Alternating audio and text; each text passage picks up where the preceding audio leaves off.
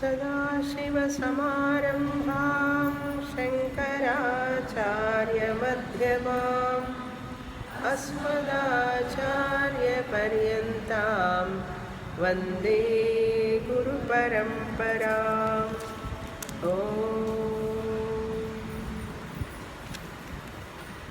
పదమూడో అధ్యాయం 20వ శ్లోకం. ప్రకృతిం పురుషం చైవ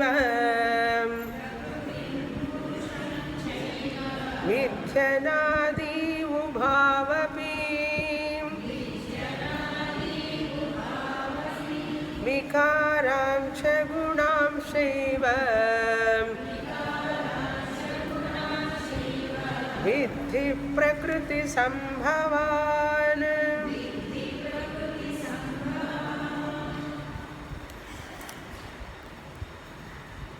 చివరి విషయాన్ని గురించి వివరిస్తున్నారు కృష్ణ పరమాత్మ. క్షేత్రం, క్షేత్రజ్ఞ, జ్ఞానం గురించి చెప్పిన తర్వాత, జ్ఞేయం గురించి చెప్పిన తర్వాత ప్రకృతి పురుష అంటే ఏమిటి, పురుష ప్రకృతి గురించి చెప్తున్నారు. ఇప్పుడు ఈ పురుష ప్రకృతి అనేటువంటిది రెండు కూడా అనాది అన్నారు. ఈ పురుష ప్రకృతి మనం అనాది అని చెప్పాలి.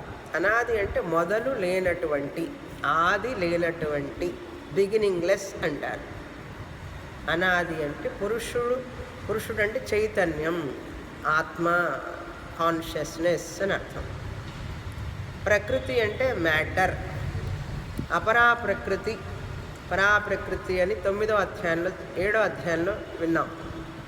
ఆ పరాప్రకృతే పురుష అని పేరు. ఆ అపరాప్రకృతే ఇక్కడ ప్రకృతి అని పేరు. ఈ పురుష ప్రకృతి ఈ రెండు యొక్క కలయికి ఈశ్వరుడు. ఈశ్వర అంటే దేవుడు, భగవంతుడు అంటే ప్రకృతి పురుషుల యొక్క కలయిక. అందుకని అర్ధనారీశ్వరుడుగా మనకు ఆ భగవంతుడి యొక్క రూపాన్ని మనం చూస్తాం. పురుష ప్రకృతి. సో పురుష పరాప్రకృతి, ప్రకృతి అపరాప్రకృతి. ఈ రెండింటికి భేదం ఏమిటి? అనాది అని చెప్పినా కూడా పురుష అనేటువంటి దాంట్లో మార్పు లేదు, చేంజ్లెస్. ప్రకృతి మారుతూ ఉంటుంది, సవికారం. పురుష నిర్వికారం, నిర్గుణం. ప్రకృతి గుణాలున్నవి, మారుతూ ఉంటుంది. కనుక సృష్టికి ముందే పురుష ప్రకృతి ఈ ఇద్దరు ఉన్నారు. పురుష ప్రకృతి సృష్టి రావడానికి ముందే, ఆ సృష్టి రావడానికి ముందే ఉన్నారు. సృష్టి ఎలా వచ్చిందంటే ఈ అనాది అయినటువంటి పురుష ప్రకృతి ఈ రెండింటి యొక్క మిశ్రం వలన సృష్టి జరిగింది. అంటే ఈ రెండు మిక్సర్ ఏంటి? ఈశ్వరుడు. ఈశ్వరుడే సృష్టి చేశాడు. చూడండి ఎలా, ఎక్కడ కూడా ఉపనిషత్తులు కానీ, భగవద్గీత కానీ, పురాణాలు కానీ ఎక్కడ క్లాష్ ఉండదు. టీచింగ్లో ఎక్కడ ఒకదానికి పొంతం లేకపోవడం ఉండదు. అన్నీ కూడా కరెక్ట్గా ఉంటాయి ఎక్కడ చూసినా కూడా. మీరు అది చాలా యునీక్నెస్ ఆఫ్ అవర్ శాస్త్ర. చదివే వాళ్ళకి తెలుస్తుంది, అది చదవని వాళ్ళకి ఎట్లాగో తెలియదు. ఏమిటా యునీక్నెస్ అంటే ఈ పురుష ప్రకృతి యొక్క మిశ్రమే కలయికే ఈశ్వరుడు, భగవంతుడు. దేవుడు అంటే ఎవరండి అన్నారు? చైతన్యం అంటే జడమైనటువంటి మాయ. ఇంగ్లీష్లో చెప్పాలంటే కాన్షియస్నెస్ ప్లస్ మ్యాటర్. కాన్షియస్నెస్నే పురుష అన్నాం, ప్రకృతిని మ్యాటర్ అన్నాం.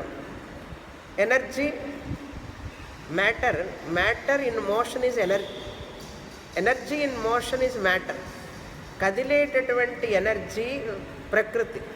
ప్రకృతి బీజ రూపంలో ఉంటుంది. ప్రపంచం అనేటువంటిది కదిలే ప్రకృతి. కదలని ప్రపంచం ప్రకృతి, కదిలే ప్రపంచం, కదిలేటటువంటి ప్రకృతి ప్రపంచం. మనం చూసేదంతా ప్రకృతి.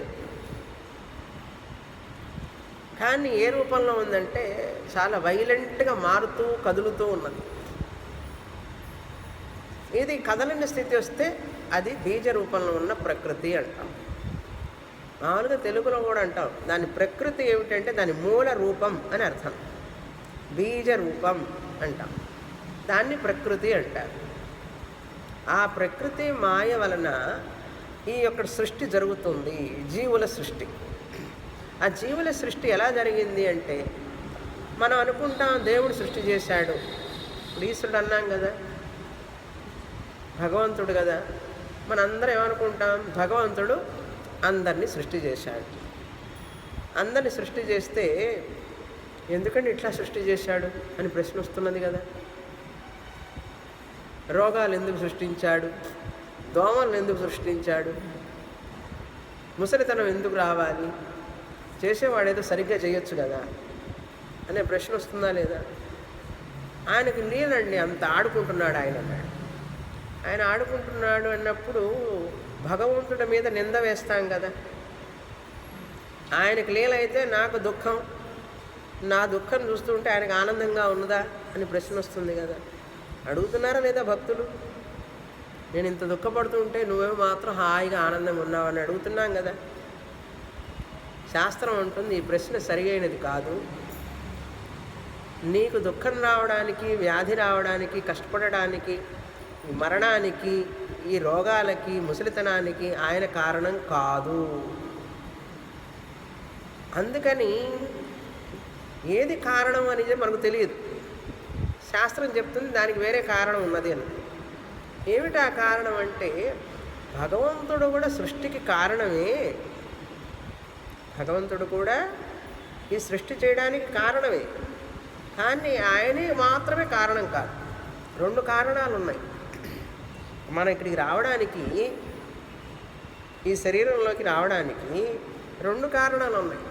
భగవంతుడు ఒక కారణం, మన కర్మ ఒక కారణం.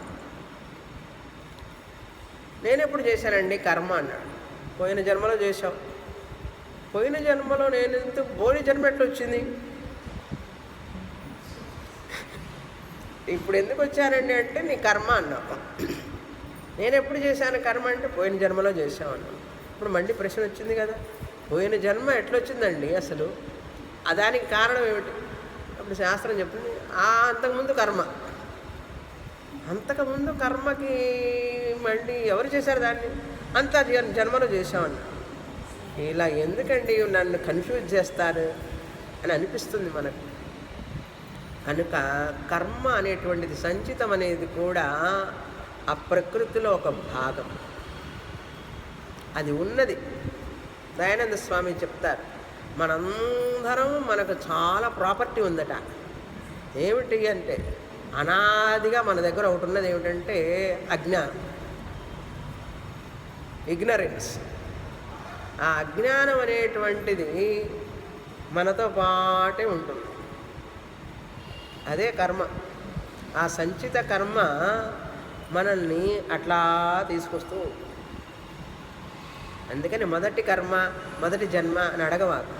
అనాది, ఆ ప్రకృతిలోనే, అనాది ప్రకృతిలోనే సంచిత కర్మ ఉన్నది. ఆ జీవుడు ఆ సంచిత కర్మను అనుభవించడానికి శరీరం తీసుకుంటాడు. కనుక మనం ఏమిచ్చాం, మన కర్మని ఇచ్చాం ఆయనకి, భగవంతుడికి. ఆయన జన్మనిచ్చాడు, శరీరాన్ని. ఈ కర్మనివ్వడం, జన్మనివ్వడం ఏమిటండి ఇవన్నీ అన్నాడు. ఇదంతా ఉపనిషత్తు స్టైల్ అండి. ఈ స్టైల్ మనం అర్థం చేసుకోవాలంటే చాలా లోతుకు వెళ్ళాలి, వినాలి.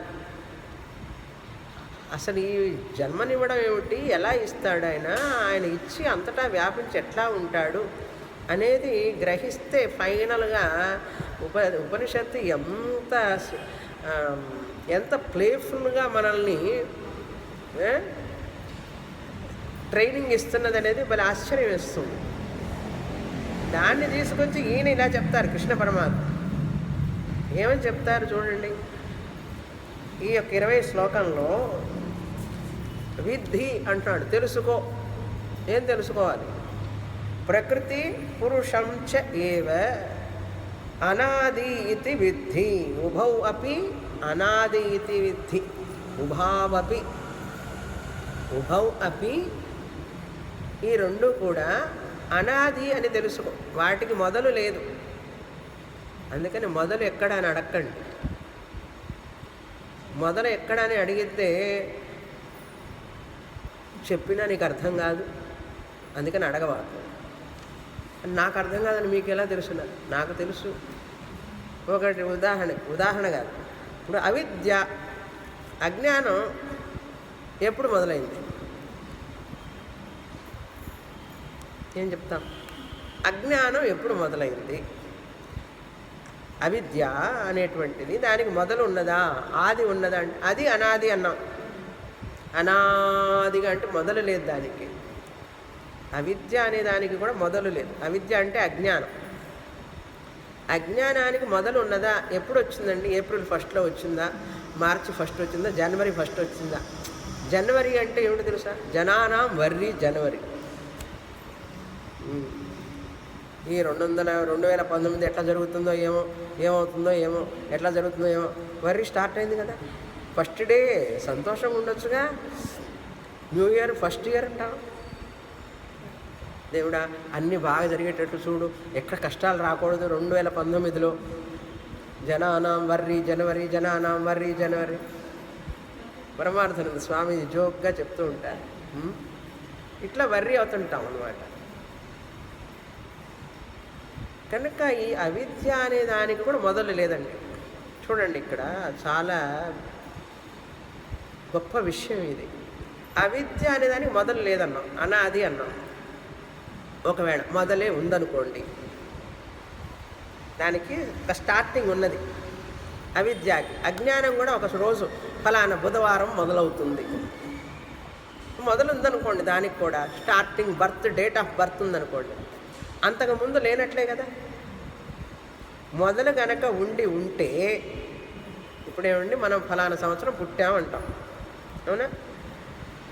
అనుకుందాం 1954, 56లో అట్లా మీ సంవత్సరాన్ని చూసుకోండి, పుట్టాం అంటారు. ఫలానా 1950లో పుట్టానండి నేను అంటారు. ఇంకొక ఆయన 1955లో పుట్టానంటారు. ఇంకొక ఆయన 1940లో పుట్టానన్నారు. అంటే 1940కి ముందు లేనట్లేగా, అవునా? ఫలానప్పుడు పుట్టాము అంటే, జన్మించాము అంటే, మొదలు ఉన్నది అంటే అంతకుముందు మీరు లేనట్లేనా కదా, అవునా కదా? లేరనే కదా. అదేవిధంగా అవిద్య కూడా దానికి మొదలు ఉన్నదనుకోండి, డేట్ ఆఫ్ బర్త్ ఫలానప్పుడు మొదలైంది అనుకోండి. మొదలు ఇప్పుడు ఇక్కడ మొదలైంది ఈ టైంకి, దానికి ముందు లేనట్లే కదా. అజ్ఞానం అనేది అవిద్య, అవిద్య అనేది అజ్ఞానం. ఇది లేనప్పుడు ఏముండి ఉండాలి? జ్ఞానం ఉండాలి. ఇప్పుడు అవిద్య అనేది అందరికీ ఉన్నది, మన జన్మతః ప్రాపర్టీ అన్నాము. అది శాశ్వతం, అనాది, ఎటర్నల్ అన్నాం.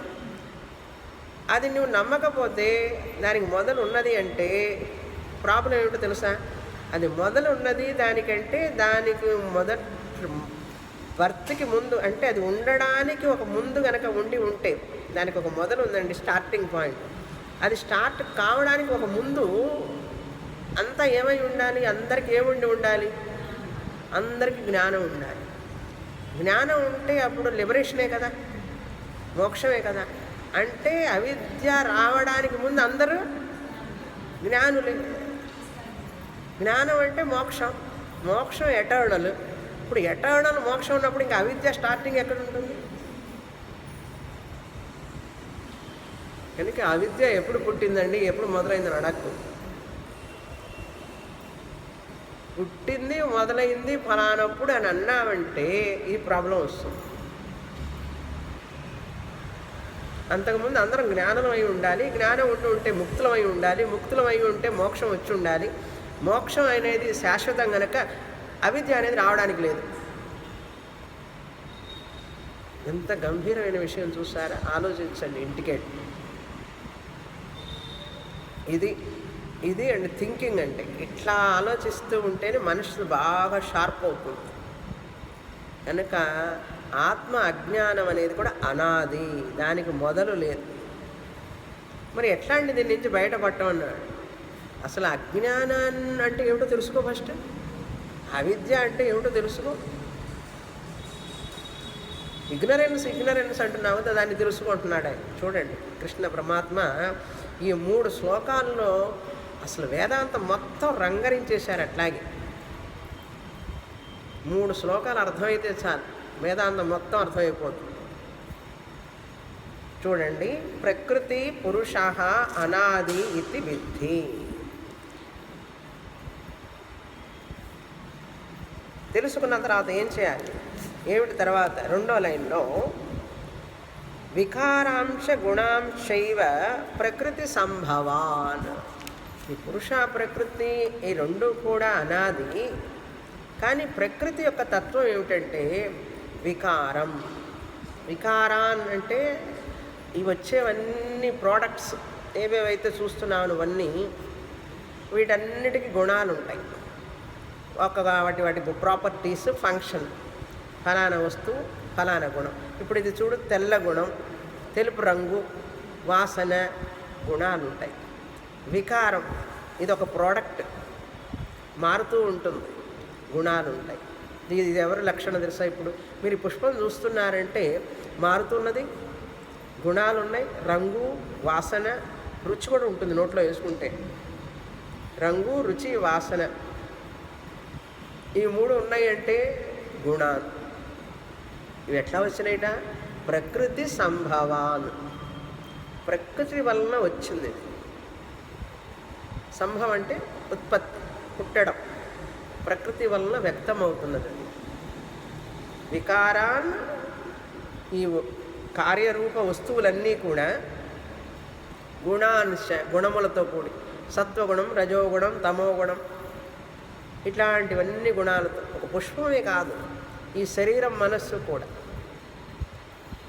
సత్వగుణం అయితే జ్ఞాన ప్రధానం, రజోగుణం అయితే క్రియా ప్రధానం, తమోగుణం అయితే నిద్రా ప్రధానం. అట్లాంటి గుణాలతో వచ్చినవన్నీ కూడా దేనివలన అంటే ప్రకృతి సంభవాన్. సత్వగుణం దేనివలన వస్తుంది అంటే సుఖం అనేది సత్వగుణం వలన వస్తుంది, దుఃఖం అనేది రజోగుణం వలన వస్తుంది, మోహం అనేటువంటిది తమో గుణం వలన వస్తుంది. ఇక్కడ సత్వరజస్తమో గుణాలు ఎక్కువగా వ్యక్తం కావు, మనలో వ్యక్తం అవుతాయి, జీవరాశుల్లో వ్యక్తమవుతాయి. సుఖము, దుఃఖం, మోహం. జంతువుల్లో కూడా మోహం ఉంటుంది చూసారా? అవి కూడా మోసపోతూ ఉంటాయి పాపం. మనం ఏదో చూపిస్తే తినేది అనుకొని వస్తుంది, అది మోహమే కదా. మనము మోహంలో పడుతుంటాం కదా, దుఃఖంలో పడుతున్నాం కదా. అప్పుడప్పుడు సుఖం మధ్య పానీయంలాగా, అప్పుడప్పుడు సుఖం కాస్త. ఇవన్నీ 3 గుణాల వలన, సుఖ దుఃఖ మోహ, సుఖ దుఃఖ మోహ. పళ్ళు వల్ల దుఃఖం, కన్ను వల్ల దుఃఖం, ఎముకల వల్ల దుఃఖం, బ్యాక్ పెయిన్ వల్ల దుఃఖం, జాయింట్ల వల్ల దుఃఖం, జన్మ దుఃఖం, జరా దుఃఖం, అన్ని దుఃఖమే. అప్పుడప్పుడు మధ్యలో సుఖం, మోహం. ఇవన్నీ ప్రకృతి వలన వచ్చాయి. అది కనుక పురుష ప్రకృతి అనాది అని తెలుసుకో. ఈ ప్రకృతి అనే దాని వలన ఈ అన్ని నామరూపాలన్నీ వచ్చినాయి. ఇవన్నీ మారుతున్నవన్నీ కూడా ప్రకృతికి సంబంధించినవి. వికారం అంటే ఇక్కడ ప్రోడక్ట్స్ అని అర్థం, విషయాలు, కార్యరూపాలు, నామరూపాలు.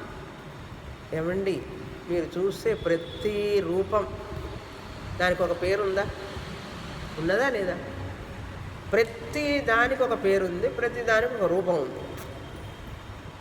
ఆ రూపము పేరు ఉన్నదా, అది మారుతున్నదా లేదా చూడండి మీరే. మారనిది ఏదైనా ఒకటి ఉంటే చెప్పండి. ఫలానా వస్తువు ఫలానా పేరున్నది, మార్పు లేనిది అని చెప్పండి ఒక్కటి. టైం తీసుకోండి, 1 నెల, 2 నెలలు, 3 నెలలు, మీ ఇష్టం. ఇప్పుడే చెప్పాలని ఏం లేదు. ఆలోచించి ఆలోచించి పరీక్షించి పరిశీలించి పరిశోధించి ట్రై చేయండి. మార్పు చెందకుండా ఏదైనా ఉంటే ఒక్కటి చూపించండి. కంటికి కనపడేవి అన్నీ కూడా మార్పు చెందేవి. అంటే మనం చూసేవన్నీ మార్పు చెందేవన్నీ ప్రకృతి అని అర్థం. మాయా అపరా ప్రకృతి. తర్వాత శ్లోకం చదువుతాం. ఇంతవరకు చదివాం క్రిందటి వారం. 21 ఇప్పుడు. కార్యకరణకర్తృత్వే హేతుః ప్రకృతిరుచ్యతే పురుషः సుఖదుఃఖానాం భోక్తృత్వే హేతురుచ్యతే.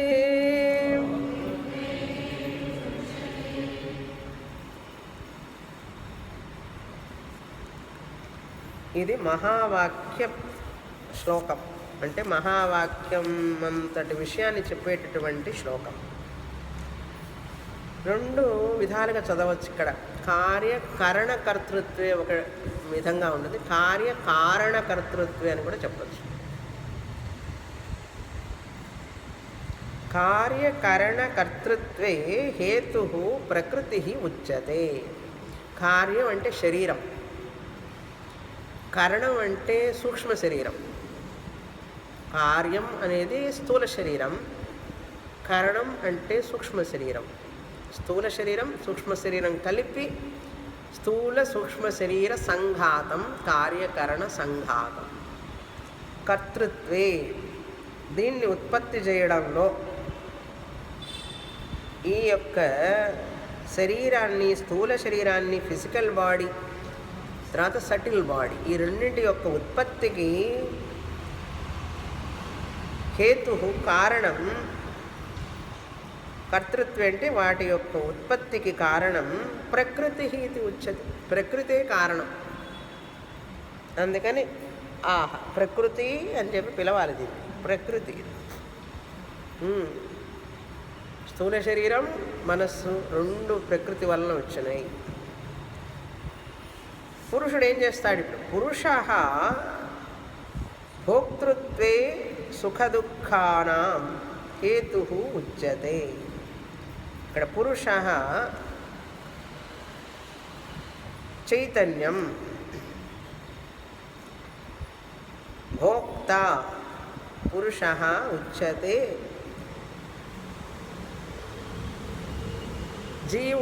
జీవాత్మ అని అర్థం. పురుషః ఎప్పుడైతే ఆత్మ చైతన్యం ఈ శరీరంలో లభిస్తుందో కార్యకరణ సంఘాతంలో, ఆ పురుషుడికి, ఆ చైతన్యానికి భోక్త జీవ అని పేరు. భోక్త జీవ. ఇక్కడ మనం కొంచెం సూక్ష్మమైనటువంటి దాన్ని తెలుసుకోవాలి. ఏమిటంటే అట్లా వర్డ్ టు వర్డ్ తెలుసుకుంటే మనకేమీ అర్థం కాదు. ఎలా తెలుసుకోవాలి? ఇక్కడ పురుష అనేది చైతన్యం అని చెప్పాను. ఆత్మ చైతన్యం అంతటా వ్యాపించి ఉంటుంది, మార్పు చెందకుండా. ఆ చైతన్యం ఆకాశం లాంటిది అనుకోండి. ఇప్పుడు ఉదాహరణకి ఆకాశం ఉంది, చోటు ఉన్నది. ఆకాశం దానికి ఆకాశంగా మనకు ఉపయోగపడదు. ఆకాశం ఎప్పుడు ఉపయోగపడుతుంది? హాలుగా గోడలుగా కట్టినప్పుడు ఇక్కడ మనకు ఈ యొక్క చోటు ఉపయోగపడుతుంది. Enclosed space is useful.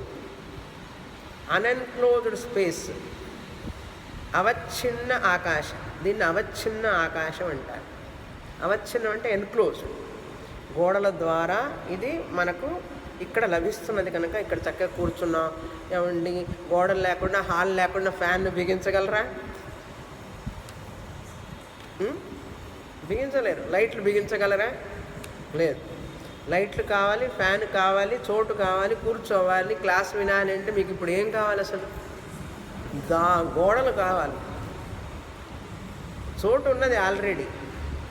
గోడలు కడితే అంతటా ఉన్న ఆకాశానికి ఇక్కడ ఏం పేరు వస్తుంది? హాల్ స్పేస్ అంటాం. Hall space, enclosed space. కనుక హాలు ఉపయోగంగా ఉన్నది అనేది మీరు గోడలను ఉపయోగించుకుంటున్నారా, హాల్లో స్పేస్ ఉపయోగించుకుంటున్నారా? ఇవన్నీ తెలిసినవేనండి స్వామి గారి మాట. మీకు తెలియదని నేను చెప్పలేదు, తెలుసు. కానీ ఈ దృష్టాంతం ద్వారా దాష్టాంతానికి తీసుకెళ్ళడం కోసం నా ప్రయత్నం. విడిగా చోటు ఉపయోగం లేదు. మీ అందరికీ ఎన్నో ప్లాట్స్ ఉన్నాయి. ఆ ప్లాట్ ఏం ఉపయోగం అండి? అక్కడ పోయి ఉండగలరా? ప్లాట్ని ఫ్లాట్గా మార్చాలి, అవునా? ప్లాట్ని ఫ్లాట్గా మార్చాలి. ప్లాట్ని ఫ్లాట్ తెలుసు కదా, అది తెలియకపోతే ఇంకేముంది అసలు. ప్లాట్ని ఫ్లాట్గా మార్చాలి అంటే గోడలు కట్టాలి. అప్పుడు ఆ చోటని ప్లాట్ని మనకు ఉపయోగపడుతుంది ఫ్లాట్గా మారినప్పుడు. అప్పుడు ఫ్లాట్గా కట్టి ఏం చేస్తారు? ఇది కిచెన్ రూము, ఇది డ్రాయింగ్ రూము, ఇది బెడ్రూము, ఇది బాత్రూము అని రకరకాల అంతగా ఉపయోగించుకుంటారు. అంతేకాదు, ఇది టీవీ పెట్టే చోటు, ఇది ఫ్రిడ్జ్ పెట్టే చోటు, ఇది వాషింగ్ మిషన్ పెట్టే చోటు. ఒకటే రెండా? అన్నీ ముందుగానే ఫిక్స్ అయిపోతాయి. గ్రైండర్ ఎక్కడ పెట్టుకోవాలి, ఇవన్నీ పెట్టండి. గోడలు లేకుండా, ఫ్లాట్ లేకుండా పెట్టలేదు. కనుక enclosed space is useful, unenclosed space is not useful. అవునా? అది ఉపయోగం లేదు మనకు. అలాగే ఆత్మ చైతన్యం పురుష అంతటా వ్యాపించి ఉన్నాడు. అంతటా వ్యాపించి ఉన్నటువంటి పురుష తత్వం ఉపయోగం లేదు. చైతన్యం యూజ్లెస్.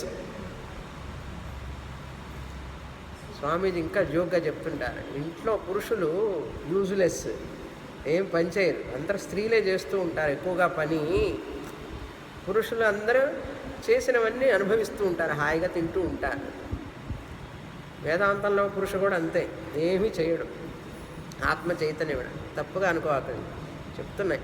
చాలామంది ఇప్పుడు చేస్తున్నారులేండి ఈ రోజుల్లో. కొంచెం వెనకటి వాళ్ళు అది చేస్తే వాళ్ళ మర్యాదకి భంగం, చేయకూడదు. ఇప్పటికీ ఉన్నారు కొంతమంది అట్లా, భార్యే చెయ్యాలి, పిల్లలే చెయ్యాలి. ఒక అడ్వర్టైజ్మెంట్ కూడా వస్తుంది రేడియోలో. ఏమిటంటే తాతగారు అడుగుతున్నారు, మనవరాలు ఎక్కడికి వెళ్ళిందని అడుగుతున్నాడు, ఏదో పేరు పెట్టి పిలుస్తుంది. అంటే అబ్బాయి ఎక్కడున్నాడు, మనవడు ఎక్కడున్నాడు అంటే వంటింట్లో ఉన్నాడు అన్నాడు. మనవరాలు ఎక్కడికి వెళ్ళిందంటే షాప్కి వెళ్ళింది బయటికి. అదేమిట్రా, మనవడు వంటింట్లో ఉండడం ఏంటి, అమ్మాయి షాపుకి పోవడం ఏంటి, ఎంత ఉల్టాగా ఉంది అన్నాడు. అప్పుడు కొడుకు అంటాడు, లేదు నాన్నగారు, అంత రోజులు మారిపోయినాయి, ఇప్పుడు అమ్మాయి అయినా అబ్బాయి అయినా ఒకటే. ఆస్తులు కూడా అమ్మాయిలకి, అబ్బాయిలందరూ కూడా అన్ని పనులు నేర్చుకోవాలని, బేటీ పడావో బేటీ బచావో అని చెప్పొచ్చింది కదా కొత్తగా. ఇప్పుడు మారిపోయినాయి నేను. వెనకటి పురుషులైతే అట్లాంటి పురుషుడు ఈయన కూడా భోక్త. సరే, ఆ కథ అంతా అట్లా ఉంచండి. ఇప్పుడు ఆకాశం ఎట్లాగైతే మనకు గోడలు కడితే ఉపయోగపడుతుందో, గోడలు కట్టకపోతే ఉపయోగపడదో, అదేవిధంగా పురుష చైతన్యం అంతటా వ్యాపించి ఉన్నది, ఏం ప్రయోజనం లేదు. కాన్షియస్నెస్ అది ఈ శరీరంలో, ఈ స్థూల శరీరం, సూక్ష్మ శరీరం అనేటటువంటి గోడలు లాంటి దాంట్లో ఇవి ఉన్నప్పుడు, ఏర్పడినప్పుడు అంతటా ఉండడం వలన ఇక్కడ కూడా ఉంటుంది. ఇల్లు కట్టిన తర్వాత ఇంజనీర్ కాస్త చోటు తీసుకొచ్చి పెట్టాడా? ఇక్కడ పెట్టలేదు కదా, ఆల్రెడీ ఉన్నది. అదేవిధంగా కాన్షియస్నెస్, చైతన్యం కూడా ఏదైతే ఆత్మ, చైతన్యం, బ్రహ్మ, తురియ ఆత్మ అంటామో అంతటా ఉన్నది, కానీ యూజ్లెస్. అశబ్దం, అస్పర్శం, అరూపం, అరసం, ఆగంధం, రుచి, వాసన ఏమి లేనటువంటిది. కానీ ఎప్పుడైతే శరీరం, మనస్సు, కార్యకరణ సంఘాతం వస్తుందో అప్పుడు ఈ అంతటా ఉన్నటువంటి ఆత్మ ఇక్కడ కూడా ఉండడం వల్ల ఈ ఆత్మకి సాక్షి చైతన్యం అని పేరు. ఇందాకేం చెప్పాము? హాల్ స్పేస్ అన్నాం.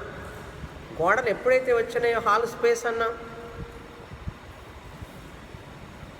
ఈ కొండ ఎప్పుడైతే వచ్చిందో పాట్ స్పేస్ అన్నాం, ఘటాకాశం అన్నాం. అవునా?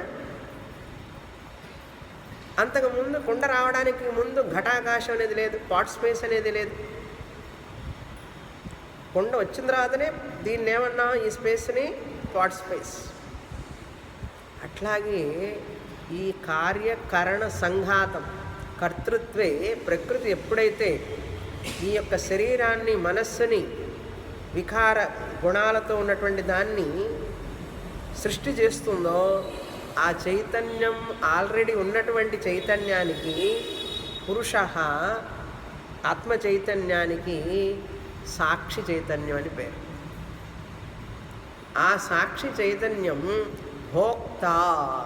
అప్పుడు ఆ సాక్షి చైతన్యానికి జీవ అని పేరు. ఎన్క్లోజ్డ్ కాన్షియస్నెస్, జీవ అని పేరు. జీవసాక్షి. ఆ జీవసాక్షి ఎట్లా మనకు లభిస్తాడు? ఇక్కడ అహంకార రూపంలో అహం అహం నేను నేను అనే ఎరుకతో ఆ సాక్షి చైతన్యం లభిస్తాడు ఇక్కడ. ఎట్లాగైతే పాట్ స్పేస్ మనకు ఉపయోగపడుతుందో, హాల్ స్పేస్ ఉపయోగపడుతుందో, ఈ యొక్క సాక్షి చైతన్యం ఈ శరీరంలో ఉపయోగపడుతుంది. దేనికంటే ఈ శరీరానికి చైతన్యాన్ని ఇచ్చి, ఈ శరీరానికి మనస్సుకి అవేర్నెస్ ఇస్తుంది. అవేర్నెస్ అంటారు, ఎరుక. శరీరానికి మనస్సుకి దానికిగా ఎరుక రాదు. శరీరానికి మనస్సుకి ఎరుకని ఆత్మ చైతన్యం ఇస్తుంది. ఆ ఎరుకని ఇచ్చినప్పుడు ఏమవుతుంది? నేను నేను అహం అహం అనేది ఏర్పడుతుంది. అహం అహం అనేది నేను రాగానే, అహం అంటే అహంకారం అని కాదు, ఆ నేను నేను రాగానే నేను అనుభవిస్తున్నాను, నేను తింటున్నాను, నేను చూస్తున్నాను శరీరం ద్వారా. కానీ శరీరం జడం, దానంతట దానిగా అది అనుభవించలేదు. ఊరికే ఉన్న ఆత్మ అనుభవించలేదు. ఎప్పుడైతే శరీరం మనస్సు ఏర్పడిందో అక్కడ లోపల ఆల్రెడీ ఉన్నటువంటి చైతన్యం పురుష సాక్షి చైతన్యంగా అవ్వడం వలన అహం అని ఎరుక వచ్చింది. ఆ ఎరుక రాగానే ఈ మనస్సు చేతనమైంది, మనస్సు వల్ల శరీరం చేతనమైంది. చూడండి, అర్థమవుతుందా? ఇదేంటి కథ కాదండి, నిజంగా జరుగుతున్నది ఇది. ఎప్పుడైతే అహం అహం ఎరుక వచ్చేస్తుందో రాగానే ఏమైందో తెలుసా? ఇక్కడ మనస్సుకి చేతనం వచ్చేసింది. జడమైన మనస్సు, జడమైన శరీరం కదలికి వచ్చింది. శరీరంలో మనస్సులో ఆలోచనలు, నేను నేను అనే ఎరుక రాగానే ఈ అహం అనేటటువంటి నేను ఏం చేసింది? ఈ చైతన్యాన్ని మర్చిపోయింది. ఈ అహం శరీరానికి అతుక్కుపోయింది, మనస్సుకు అతుక్కుపోయింది. మనస్సు శరీరానికి ఉన్న ధర్మాలని తానుగా తీసుకున్నది. అది చేసిన పొరపాటు, మిస్టేక్. చూసారా? ఇవి ఎక్కడ చెప్తారు మనకు? వేదాంతంలో కృష్ణ పరమాత్మ చెప్తున్నారు మనకి. ఏమని చెప్తున్నారు? ఈ చైతన్యం అనే దాని వలన ఈ జడమైన శరీరం మనస్సు ఈ రెండు కూడా వస్తువుని చూస్తున్నాయి, తెలుసుకుంటున్నాయి. ఇప్పుడు శరీరం తెలుసుకుంటుందా, మనస్సు తెలుసుకుంటుందా, ఆత్మ తెలుసుకుంటున్నదా? ఆత్మ ఆత్మగా తెలుసుకోలేదు, శరీరం మనస్సు జడం, అవి తెలుసుకోలేవు. శరీరం మనస్సులో ఉన్న చైతన్యం ద్వారా ఏర్పడిన అహం నేను ఎరుక, ఆ ఎరుక సాక్షి చైతన్యమే జీవుడు అని పేరు. అంతటా ఉంటే పరమాత్మ, ఈ శరీరంలో ఉంటే జీవాత్మ. ఎలాగైతే ఇందాక చెప్పాను, అంతటా ఉన్న స్పేస్ అయితే టోటల్ స్పేస్, కుండలో ఉంటే పాట్ స్పేస్ ఘటాకాశ, అంతటా ఉంటే మహాకాశ, హాల్లో ఉంటే హాల్ స్పేస్. పేరు మారిపోయింది. ఏమండి? పేరు మారింది, స్పేస్లో ఏమన్నా మార్పు ఉందా? చోటులో మార్పు లేదు. గోడలు మారుతూ ఉన్నాయి, రూపాలు మారుతున్నాయి, కానీ ఆకాశంలో మార్పు లేదు. మార్చగలరా దాన్ని? మార్చలేదు. ఎందుకంటే రూపం లేదు, దాన్ని ఎట్లా మారుస్తారు? వికారం లేదు దానికి. దీనికే వికారం. ఇది మారుతుంది, చోటు మారదు. అదేవిధంగా శరీరం మారుతుంది, మనస్సు మారుతూ ఉంటుంది. వికారం చెప్పాం కదా ఇందాక, గుణాల వల్ల మారుతూ ఉంటుంది. కానీ ఆత్మకి గుణాలు లేవు. అది వికారము కాదు, ఒక ప్రోడక్ట్ కాదు, మారదు, ఎప్పుడు అలాగే ఉంటుంది. ఇప్పుడు ఈ జడమైనటువంటి ప్రకృతి అయినటువంటి శరీరము, మనస్సు ఒరిజినల్గా జడం, ఇనర్ట్. అది నేను అని చెప్పుకోవడం మీకు ఇష్టమా? లేదు, దీని చైతన్యం చేసినటువంటి ఈ యొక్క పురుష చైతన్యం, ఆత్మ చైతన్యం, సాక్షి చైతన్యం నేను అని చెప్పుకోవడం మీకు ఇష్టమా? అదొక్కటి చెప్పండి. అబ్బా, సాక్షి చైతన్యం అని చెప్పుకోవడానికి ఇష్టపడతాం, కానీ జడమైనటువంటి శరీరం, మరణం ఉంది, దీనికి ముసలితనం ఉంది, వ్యాధి ఉన్నది. ప్రాణమయానికి ఆకలి, దప్పిక, మనస్సుకి శోక, మోహ, చాలు కదా దోషాలు. ఈ ఆత్మ చైతన్యానికి మరణం లేదు, ముసలితనం లేదు, ఆకలి లేదు, దప్పిక లేదు, మోహం లేదు. ఎంత గుడ్గా ఉంది చూడండి, చాలా బెస్ట్ గుడ్. ఏమండి, దేనికి ఉపయోగపడదు కదా, ఇక్కడ ఉంటే ఉపయోగపడుతుంది. కనుక ఇప్పుడు శరీరం కావాలా వద్దా మీకు? శరీరంలో ఉంటూనే, శరీరాన్ని ఉపయోగించుకుంటూనే శరీర మరణం నాది కాదు, శరీర ముసలితనం నాది కాదు, నేను ఆత్మని విడిగా ఉంటే ఉపయోగపడను, శరీరం ద్వారా ఐ ఎంజాయ్. చూడండి, అది లీల అంటే. జ్ఞానికి ఇది ఒక స్పోర్ట్. అర్థమైందా? శరీరం నేను అనుకుంటే బాధ. ఇప్పుడు ఇంట్లో ఉంటూ ఆనందించు, చోటుని ఆనందించు, అంతేగాని గోడకి క్రాక్ అయింది, అదైంది, లీక్ అయింది, ఇట్లా బాధపడుతూ కూర్చుంటే అది అంతే, దాని లక్షణం అది. కొద్ది రోజులు పోతే క్రాక్ అవుతుంది అంతే. చీడ పురుగులు వస్తూ ఉంటాయి చుట్టూ, ఇవన్నీ ఏవో వస్తుంటాయి, రకరకాల బాధలు. ఈ చోటు చూడండి, ఏమీ కాదు. అందుకని దాని మీద మమకారం పెంచుకోవాలి, ఇది అంతే. చూడండి శ్లోకం ఇప్పుడు. ఆత్మ సాక్షి చైతన్యం పురుష భోక్తృత్వే హేతు ఉచ్యతే. ఈ భోక్తృత్వం అనుభవించడం, ఎక్స్పీరియన్స్ అంటారు. ఈ అనుభవించడానికి, ఎక్స్పీరియన్స్ను పొందడానికి జడమైన శరీరం అనుభవిస్తున్నదా, జడమైన మనసు అనుభవిస్తున్నదా? చైతన్యం ఉండడం వలన, సాక్షి చైతన్యం ఈ అనుభవానికి కారణం అంటున్నారు. హేతు కారణం ఉచ్యతే. దేనికి కారణం? సుఖ దుఃఖానం, సుఖానికి దుఃఖానికి. ఈ చైతన్యం లేకపోతే ఈ క్లిప్కి ఏం ప్రాబ్లం అండి? సుఖము లేదు, దుఃఖము లేదు దీనికి, అవునా? దీనికి సుఖము లేదు, దుఃఖము లేదు. ఎందుకంటే సూక్ష్మ శరీరం లేదు, ఇక్కడ సూక్ష్మ శరీరం ఉన్నది. అందువల్ల ఆ చైతన్యం ఉండడం వలన దోమ కుడితే సుఖమా దుఃఖమా? దుఃఖం. చల్లటి గాలి వీస్తే సుఖం. ఈ సుఖం దుఃఖం ఈ శరీరం ద్వారా, ఈ శరీరానికి తగులుతున్న గాలి. ఇప్పుడు ఈ పుష్పం ఉంది, వాసన చూసాం, బాగుంది, చాలా బాగుంది, కలర్ ఈజ్ సో బ్యూటిఫుల్ అని అన్నాం.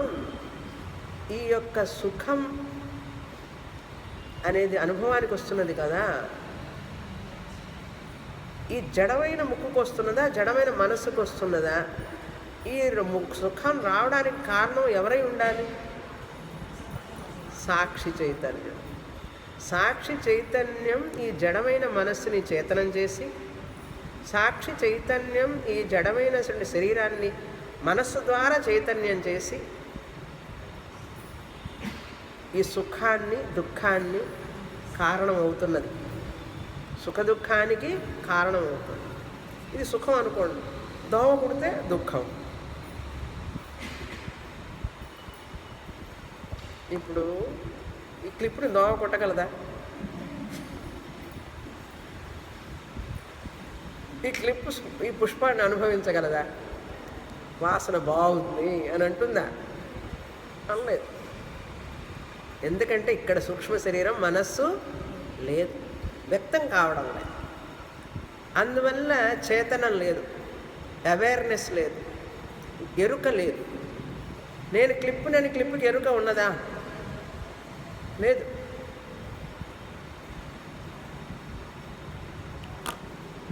ఇక్కడ ఎరుక ఉన్నది, మీ అందరిలో కూడా ఎరుక ఉన్నది. అందుకని ఈ పుష్పం చూపించగానే ఇది ఏం పుష్పం అంటే మీ అందరికీ ఎరుక ఏమిటి? Aware of, are you aware of this flower? What flower? It's a rose flower. మీ అందరికీ ఎరుకే కదా, ఇప్పుడు మీకు తెలుసు కదా. మరి ఈ క్లిప్కి ఎందుకు తెలియదు? తెలుసా నీకు కూడా? అంటే ఈ క్లిప్కి మీకు ఏమిటి డిఫరెన్స్? స్థూల శరీరం, సూక్ష్మ శరీరం రెండున్నాయి. ఆ సూక్ష్మ శరీరం చైతన్యమయ్యి, చేతనమయ్యి, ఆ సూక్ష్మ శరీరం స్థూల శరీరానికి చేతనం చేసి, అప్పుడు ఆ కళ్ళ ద్వారా, ముక్కు ద్వారా చూసి అనుభవించి తెలుసుకుంటున్నది సుఖంగా. కనుక ఇప్పుడు ఆత్మ సాక్షి చైతన్యం ఉండడం వలన కారణమైంది హేతు ఉచ్యతే. సుఖ దుఃఖానాం పురుష హేతు ఉచ్యతే. అర్థమైందా? ఎక్కడి నుంచి ఎక్కడికి తీసుకెళ్ళాలో చూడండి. ఆకాశం చెప్పి, పాట్ స్పేస్ చెప్పి, హాల్ స్పేస్ చెప్పి, ఎందుకండి ఇవన్నీ అన్నారు. అట్లా చెబితే కానీ ఈ యొక్క శరీరం, మనస్సు కార్యకరణ కర్తృత్వే ప్రకృతి హేతు సుఖ దుఃఖానాం పురుష హేతు ఉచ్యతే. ఇది ప్రకృతి. అంతటా ఆల్రెడీ చైతన్యం ఉండడం వల్ల ఇది చేతనం అయింది. ఆ చైతన్యం వలన సుఖం దుఃఖం రెండు కలుగుతున్నాయి. ఇప్పుడు ఈ సుఖ దుఃఖం అనేది నిజంగా సత్యమా మిథ్య? అది వద్దులేండి, ఇంకా సుఖం బాగుంది ఇంతటితో ఆపండి. మిథ్య అంటే మాత్రం కొంచెం కష్టంగా ఉంటుంది. తర్వాత శ్లోకం చదువుతాం, పోనీ వద్దంటే ఏం చేస్తాం. ఓకే. పురుష ప్రకృతిస్థో హి భుంక్తే ప్రకృతిజాన్ గుణాన్ కారణం గుణసంగోస్య సదసద్యోని జన్మసు.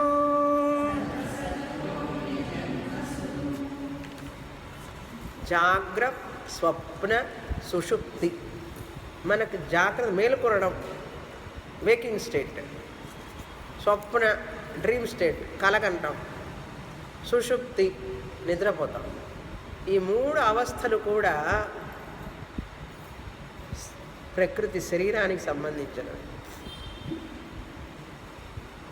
చైతన్యం దానికి జాగ్రత్త అవస్థ లేదు, కళావస్థ లేదు, నిద్రపోయే అవస్థ లేదు, ఏ అవస్థలు లేవు. అందుకని నిద్రపోయేటప్పుడు కూడా ఈ శరీరం అక్కడ అవేర్నెస్ ఉంటుంది, చైతన్యం ఉంటుంది.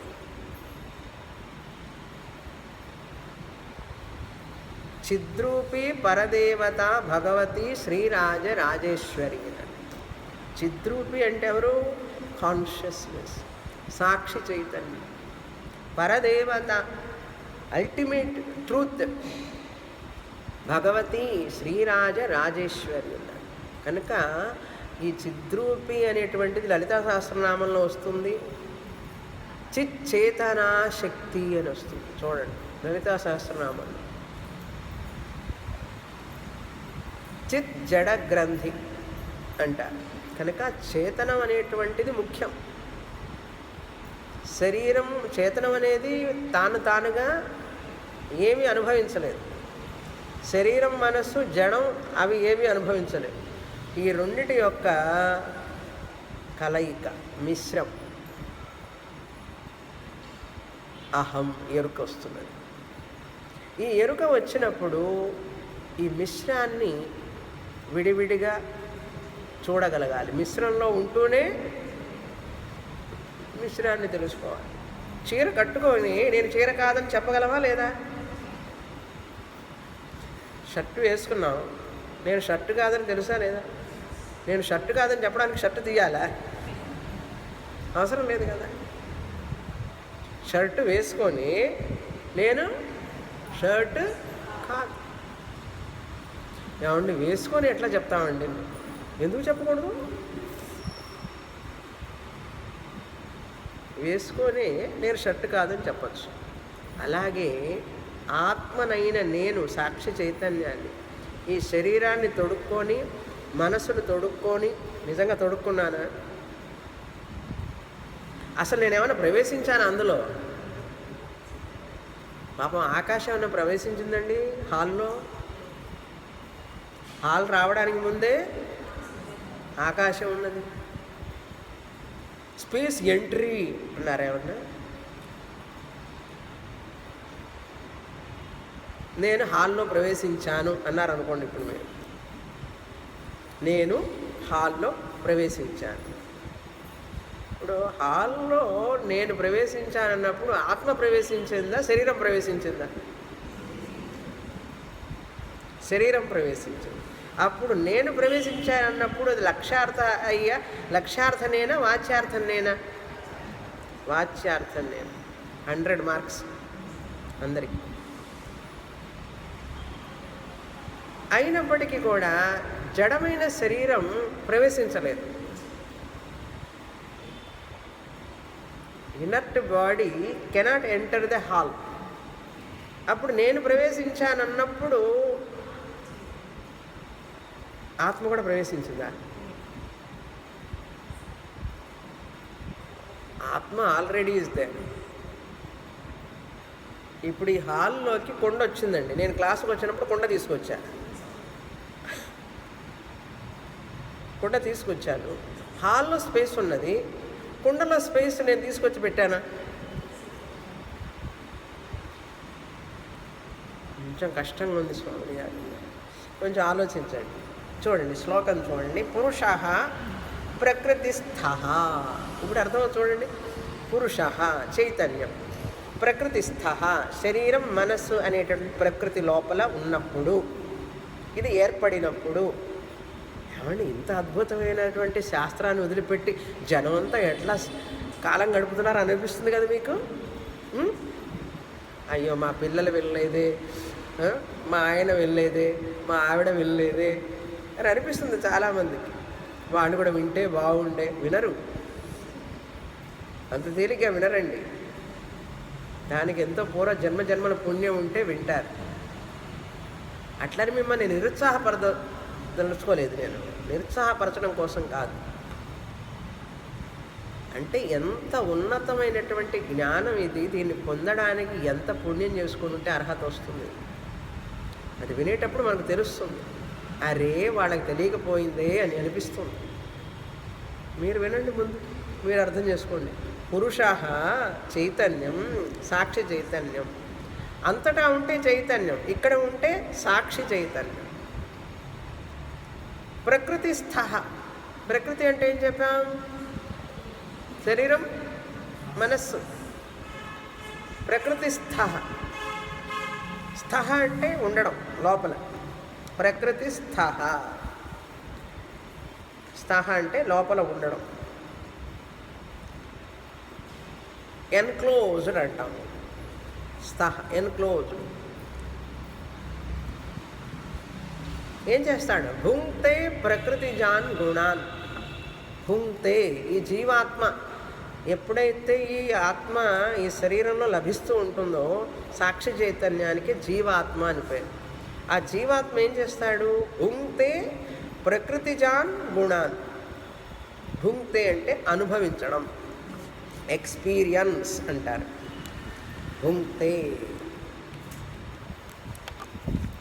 ప్రకృతిజాన్ గుణాన్. ప్రకృతి వలన పుట్టినటువంటి గుణములను.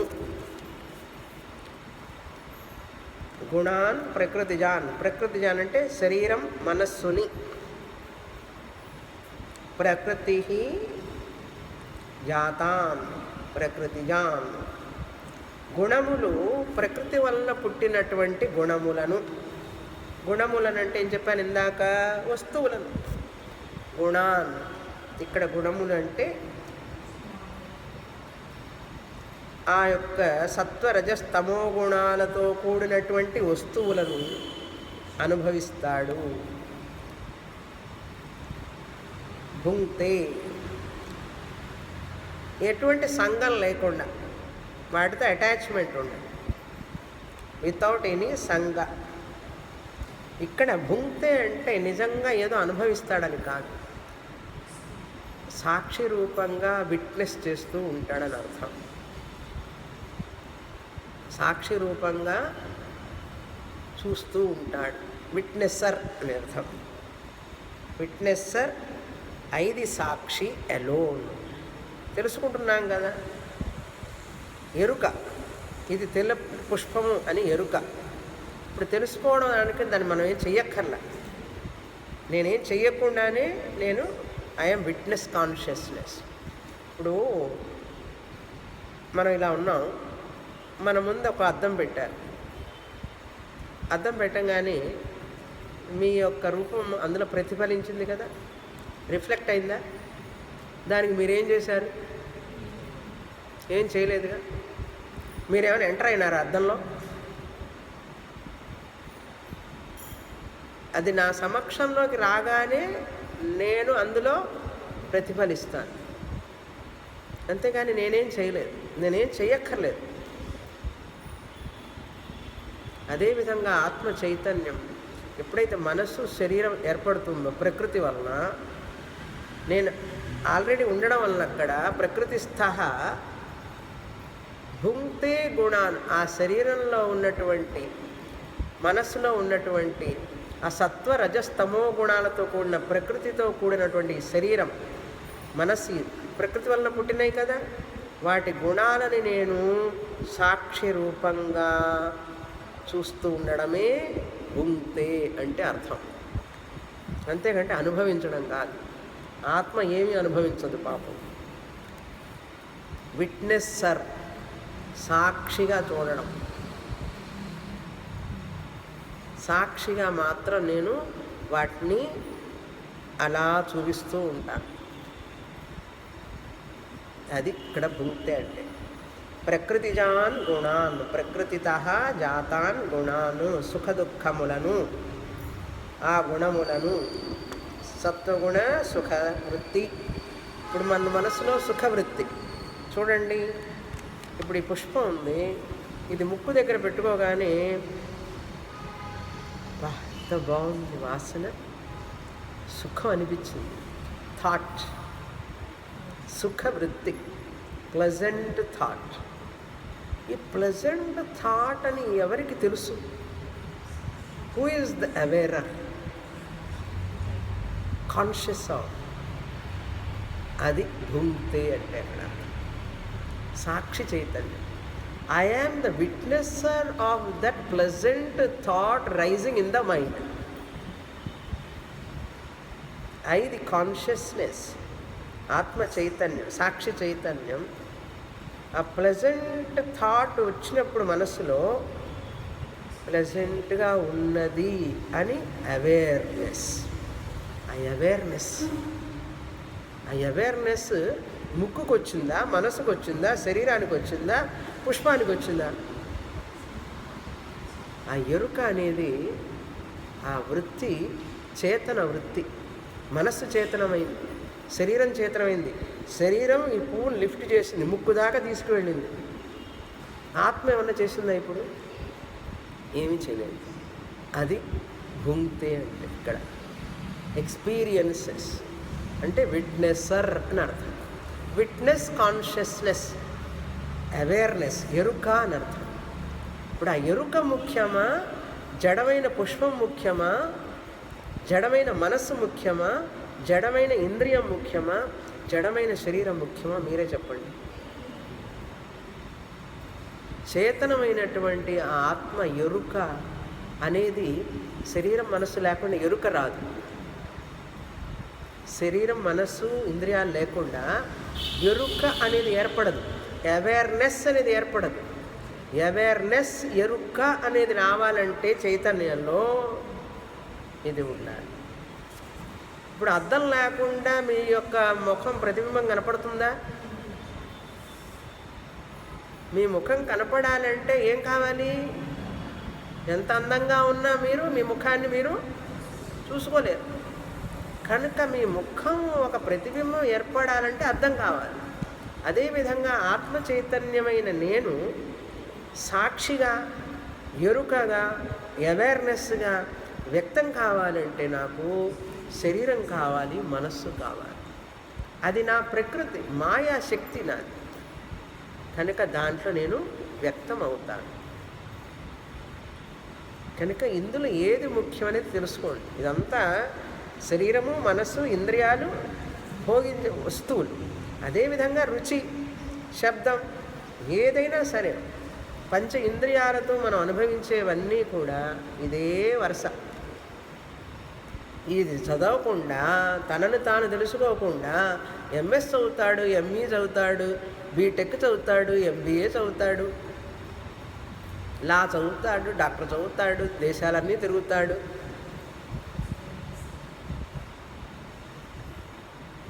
13వ అధ్యాయం చదవకుండా,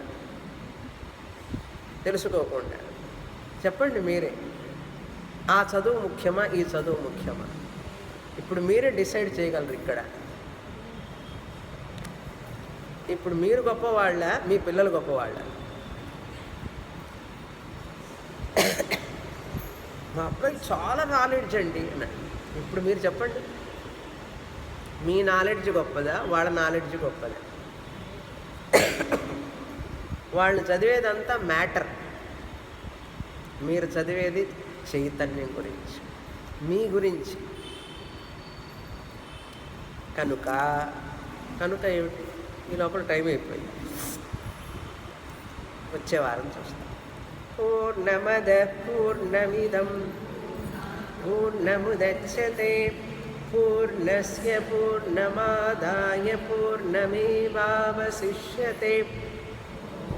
శాంతి శాంతి శాంతి. హరి ఓం. యో నమః. హరి ఓం.